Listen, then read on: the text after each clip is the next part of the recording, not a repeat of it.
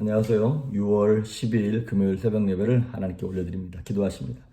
예수님 감사합니다. 오늘도 예수님 손 붙잡고 하루를 시작합니다. 세상은 소돔과 고모라와 같고 마라의 쓴물 같고 여리고성 같지만 믿음으로 주님과 함께 동행할 때 여리고가 무너지고 마라의 쓴물에 독이 다 빠져나가며 소돔과 고모라에서도 구원받는 그 은혜가 우리의 삶 가운데, 가정 가운데 기적들이 나타날 수 있도록 예수님 회복시키시며 새롭게 하여 주시옵소서. 감사하고 예수님의 이름으로 기도했습니다. 아멘. 오늘 찬양은 옛 찬송가에는 없고요. 새 찬송가 399장입니다. 이게 어린 양들아 두려워 말라 뭐 이렇게 나오는데 옛날 복음성가에 있는 거를 찬송가에 넣은 찬양이에요. 그래서 새 찬송가에 있는 걸로 부르지만 가사는 옛날 가사로 부를게요. 어르신들은 다 알 거고 우리 젊은 청년들은 이 노래 뭐 들어본 사람도 있겠지만은 혹시 인터넷 있으면 그거 통해 가지고 한번 가사가 너무 좋고 멜로디도 좋아서 1, 2, 3절 옛날 복음성가 가사대로 한번 불러보도록 하겠습니다. 두려워 말라 어린 양이요 땅과 하늘에 권세 잡으니 널 찾아내요 안보하시리니 죽음에서 생명에 이르리라 오직 믿음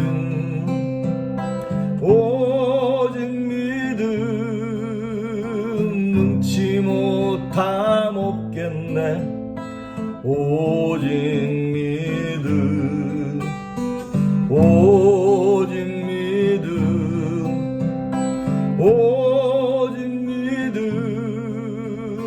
능치 못함 없겠네 오직 믿음 두려워 말라 어린 양이요 내 푸른 목장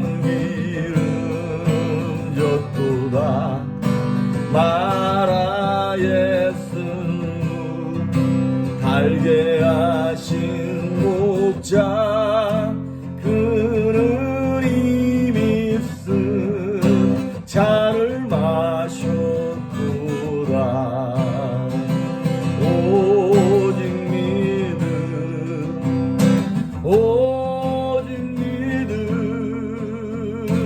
능치 못함 없겠네 오직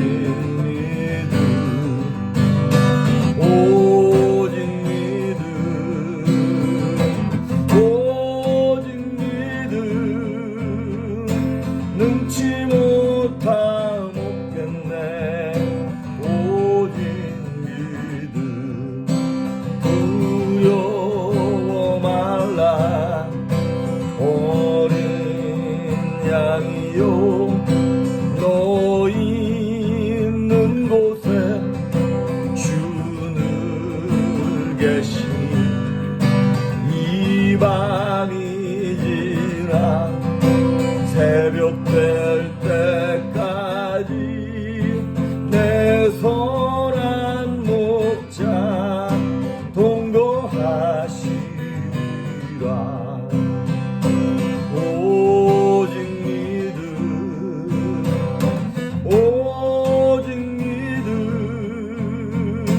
능치 못함 없겠네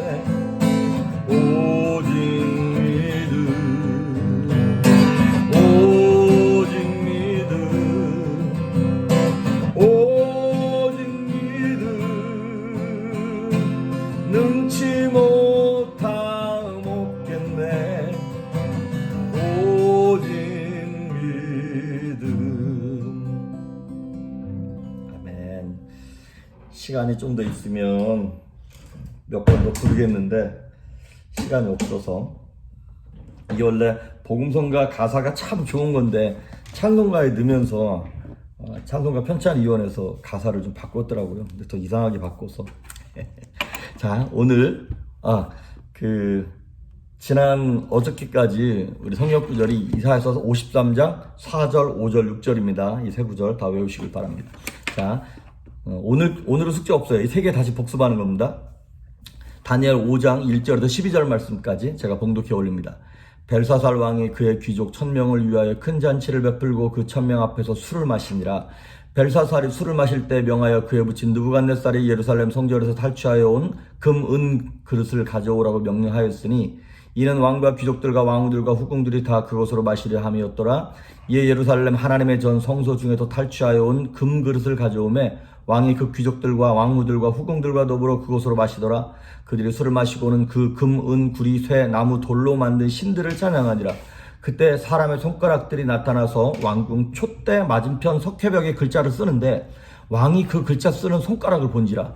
이에 왕의 질기던 얼굴빛이 변하고 그 생각이 번민하여 넓적다리 마디가 녹는 듯하고 그의 무릎이 서로 부딪힌지라. 왕이 크게 소리질러 술객과 갈대아 술사와 점쟁이를 불러오게 하고 바벨론의 지혜자들에게 말하되 누구를 막론하고 이 글자를 읽고 그 해석을 내게 모이면 자주색 옷을 입히고 금사슬을 그의 목에 걸어주리니 그를 나라의 셋째 통치자로 삼으리라 하니라. 그때 왕의 지혜자가 다 들어왔으나 능히 그 글자를 읽지 못하며 그 해석을 왕께 알려주지 못하는지라. 그러므로 벨사살 왕이 크게 번민하여 그의 얼굴빛이 변하였고 귀족들도 다 놀라니라. 왕비가 왕과 그 귀족들의 말로 말미암아 잔치하는 궁에 들어왔더니 이에 말하여 이르되 왕이여 만수무강하옵소서. 왕의 생각을 번민하게 하지 말며 얼굴빛을 변할 것도 아니니이다. 왕의 나라에 거룩한 신들의 영이 있는 사람이 있으니 곧 왕의 부친 때에 있던 자로서 명철과 총명과 지혜가 신들의 지혜와 같으니이다. 왕이 붙인 느부갓네살 왕이 그를 세워 박수와 술객과 갈대아 술사의 점쟁이 어른을 삼으셨으니 왕이 벨드사살이라 이름하는 이 다니엘은 마음이 민첩하고 지식과 총명이 있어 능히 꿈을 해석하며 은밀한 말을 밝히며 의문을 풀 수 있었나이다. 이제 다니엘을 부르소서. 그리하시면 그가 그 해석을 알려드리니이다 하니라. 아멘. 이제 우리 어저께 4장까지 느부갓네살 왕의 통치가 다 끝납니다. 그리고 이제 벨사살 왕이 되는 거예요. 이때가 이제 벌써 느부갓네살 왕이 죽고 다니엘의 나이가 약 80이 넘은, 포로로 끌려온 지 약 6, 70년이 넘은 그때입니다. 자, 그런데 벨사살 1절에 보니까 벨사살 왕이 이렇게 나와요. 그런데 이 벨사살이라고 하는 왕의 이름이 바벨론의 공식 문헌에는 이름이 거의 나오지 않습니다. 그리고 이걸 보면서 많은 학자들이 성경에 대한 역사성을 이제 의심을 품었어요. 그런데 이제 그 쐐기 문자로 기록된 문헌에는 바벨론의 마지막 왕을 누구로 기록하냐면 나보니두스의 아들 벨사살이라고 이렇게 나와 있는 거예요. 그러니까 이게 무슨 얘기냐면 2절에 보면 벨사살이 술을 마실 때 명하여 그에 붙인 느부갓네살이 이렇게 나오죠. 그러니까 히브리 말이나 아람어에 보면 그 아버지라고 하는 그 단어가 원래는 조상들, 선조들이란 말과 같은 의미로 쓰입니다. 그것이 중복해서 쓰이는 거예요. 그러니까 이게 무슨 말이냐면 이 원래 벨사살 왕의 아버지는 느부갓네살 왕이 아니라 나보니두스고 이 느부갓네살 왕은 그 한참 전에 조상이 되는 거예요. 그런데 사실 설육적으로 보면 그렇게 직접적인 조상이라고 말하기 좀 어려운 게 느부갓네살 왕이 죽고 난 다음에 세 명의 왕이 있었어요. 아멜 무르독이라고 하는 왕이 나타나서 2년 통치하다가 죽고, 그 다음에 이름이 네르갈 사르우스, 이름도 이상한 이 왕이 또 그 전에 왕을 암살하고 난 다음에 4년 통치하다가 또 나보니두스에게 죽습니다. 그런데 이 나보니두스는 그 전에 있던 느부갓네살 왕과 그 후손들은 어딥니까? 바벨론, 그러니까 갈대아 계통의 사람들이에요. 그런데 이 벨사살 왕의 아버지인 나보니두스는 어디 사람이냐면 아람 계열의 왕인 거예요. 그러니까 약간 인종이 다르다 보니까 뭐라 그래야 되나요? 종교가 다른 거예요. 그래서 이제 학자들의 얘기가 뭐냐면 원래 이 벨사살이 바벨론의 마지막 왕이 아니라 나보니두스, 그 아버지 나보니두스가 마지막 왕인데 이 왕이 종교적인 갈등, 이런 정치적인 갈등 때문에 이제 밖에 나가서 전쟁을 하고 돌아다니는 거예요. 일부러 안 들어오는 거예요. 바벨론 성읍으로. 그리고 자기 아들인 벨사살을 이제 궁에다 앉혀놓고 자기는 정복 전쟁을 하러 돌아다니고, 또 이제 바벨론 왕궁 안에 있는 술사들, 뭐 점쟁이들이랑 종교적으로 다르다 보니까 이제 자기가 섬기는 신을 다른 데 가서 편안하게 섬기기 위하여 아들은 바벨론에 남겨두고 자기는 바깥으로 돌았다는 그런 이제 학자들의 해석이 나옵니다. 그래서 어쨌든 바벨론의 왕은 아니지만 왕과 같이 바벨론의 내치를 담당했던 사람이 이 벨사살 왕이었어요.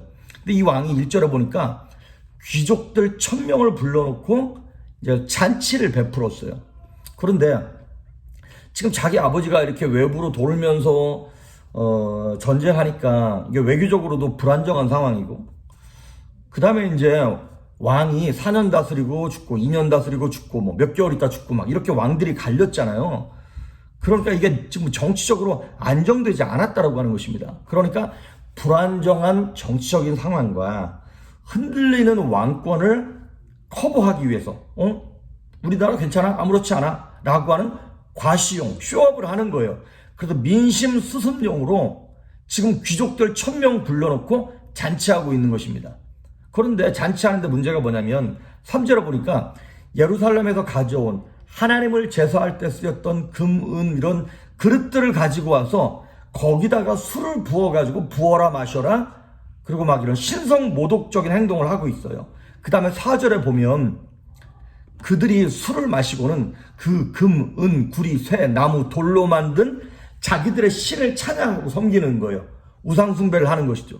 그런데 아시다시피 고대 시대에서 우상숭배라고 하는 것은 자기들이 섬기는 신을 섬길 뿐만 아니라 그 안에 음란함과 변태적인 성적 행위가 같이 맞물려서 돌아가는 것입니다. 그러니까 예루살렘에 가져온 그 제사 용기에다가 술을 부어 마시면서 음란한 행위를 하고 우상을 숭배하는 신성 모독적인 악한 행위들이, 마치 소돔과 고모라 같은 악한 행위들이 이 안에도 지금 벌어지고 있는 것이에요. 그래서 여러분, 지금 이게 벨사살 왕이 정말 기분이 좋아서 신나서 이 축제하는 게 아닙니다. 그 안에 뭐가 있는 겁니까? 두려움이 있는 겁니다. 그래서 여러분, 우리가 보통 인간적으로 봤을 때 두려움이 있을 때 많은 사람들이 행동할 때 큰 특징 2가지가 있어요. 첫째는 뭐냐면 오버합니다. 평상시보다 더 오버합니다. 이런 거요. 나 괜찮아? 내가 누군데? 이까짓 건 아무것도 아니지. 마음이 두려운다 보니까 겉으로 큰 소리를 치는 거예요. 그런 것처럼 우리도 마찬가지입니다. 지금 바벨론의 왕도 그렇고 영적인 허세, 이걸 제가 이름 붙인 거예요. 영적 허세. 여러분, 허세라는 게 뭡니까? 실제가 아닌데 그거를 실제인 것처럼 딱 폼을 잡고 있는 거잖아요. 결국에는 이거 삶이 무너지게 돼, 밸런스가 무너지게 돼 있습니다. 라면 먹을 돈도 없으면서 막 수백만 원짜리 옷을 걸쳐 입고 남들에게 보이기 위해서 그 사람의 삶은 무너지게 돼 있어요. 성경 안에서 이 영적 허세를 행한 가장 최고의 허세 장인들, 그게 누군가 가만히 봤더니 바리새인들이 그렇습니다. 왜? 이 사람들이 겉에서 볼 때는 완벽한 거예요. 정말 하나님의 법을 그렇게 열심히 지키고 종교적으로 완벽한 거예요. 근데 이 사람들이요, 자기가 율법을 지키면 지킬수록 만족하고 기뻐하고 삶이 평안한 게 아니라 그 내면에 두려움이 생겨요. 어떤 두려움이 생기냐면, 이상하다, 이게 아닌데? 구원에 대한 두려움이 생겨요. 하나님에 대한 확신이 사라지는 거예요. 아니, 율법을 1개, 2개, 10개 지켜가면 지켜갈수록 더 기뻐야 되고, 천국에 대한, 구원에 대한 확신이 생겨야 되는데, 지키면 지킬수록 왜 이렇게 마음이 불안하고 걱정되고 이게 아닌 것 같고. 그러니까 영적 허세라는 게 뭡니까? 이게 의미가 없는 거잖아요. 의미가 없는 일에 막 엄청 뭐가 있는 것처럼 했는데 그 뚜껑을 열어보니까 아무것도 없는 것. 그러니까 연예인들이 그 영적인 의미를 못 찾고 허세를 부리다 보니까 그냥 결국에는 자살하기도 하고 죽기도 하고 그런 건 아니겠습니까? 그래서 여러분, 내 안에 영적 두려움이 있는데 혹시 내가 남들 앞에서 나 괜찮아, 나 죽지 않았어, 이러질 않는지, 영적 허세가 있진 않는지 한번 살펴보시길 바라고요. 2번째, 두려움이 있을 때 사람들이 일반적으로 행하는 태도가 있습니다. 뭐냐면 다른 것에 몰두합니다. 그러니까 현실을 맞닥뜨리는 게 싫은 거야. 그걸 현실 도피라 그러는 거죠. 아담과 하와가 그랬죠. 하나님 만나는 게 두려워. 죄 짓고 난 다음에. 그러니까 도망갑니다.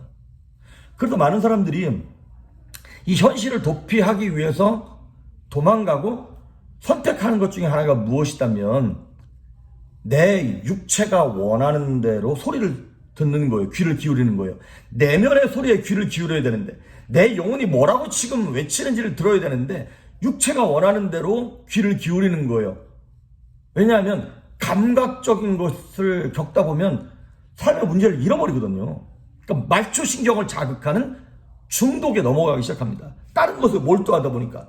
그러니까 알코올 중독, 마약 중독, 도박 중독, 사람 중독 이런 거 중독에 걸리는 것이죠. 그래서 여러분 모든 중독은 이유가 없습니다. 모든 중독은 다 현실 도피의 피난처가 되는 거예요.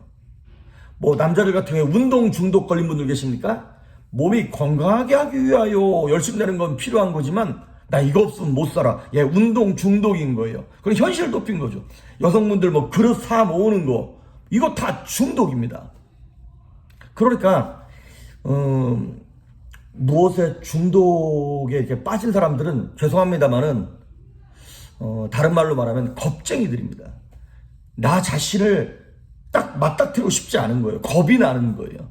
근원적인 문제에서 해결을 못하니까 엉뚱한 곳에 내 마음을 쏟고 있는 것이죠.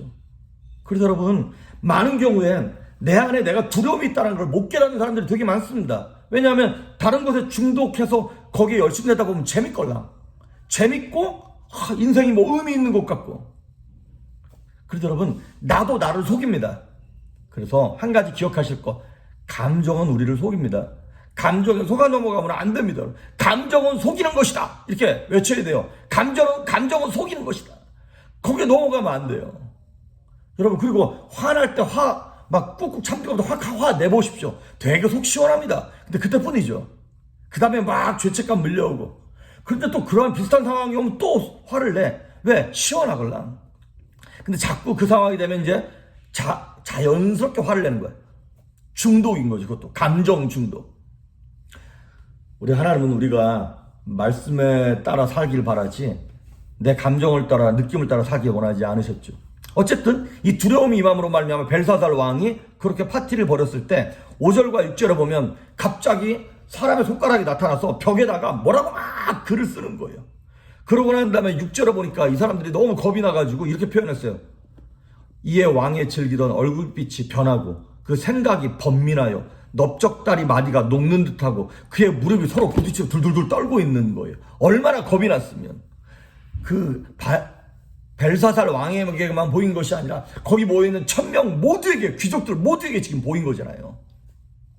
그래도 너무 겁이 나가지고 실제로 보니까 왕이 크게 소리질러. 이거는 크게 소리질렀다는 얘기보다는 급하게 갈대와 술사들, 점쟁이들 빨리 불러와. 이거 해석해봐.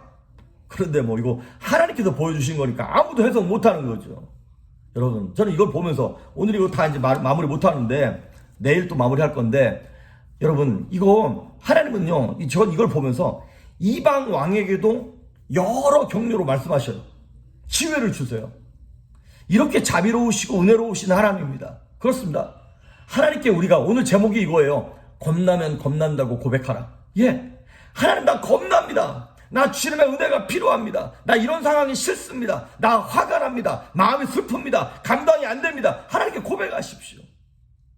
이 벨사살 왕에게도 하나님 기회를 주시는 거잖아요. 막 글을 초자연적인 방법으로 글을 써가면서. 그래서 여러분 도움을 요청하십시오. 하나님께 은혜를 구하고 도움을 요청하십시오. 솔직한 마음을 고백하면 하나님은 누구에게든지 은혜를 베푸십니다. 우리 아까 불렀던 찬양처럼 두려워 말라 어린 양이요. 그리고 후렴에 이렇게 나오죠. 오직 믿음 능치 못하겠네. 영어로는 only believe 이렇게 나와요. only believe 이렇게 나와요. 그렇습니다. 우리가 믿지 못하는 이유는 왜 그런 건가요? 믿음이라는 게 뭡니까?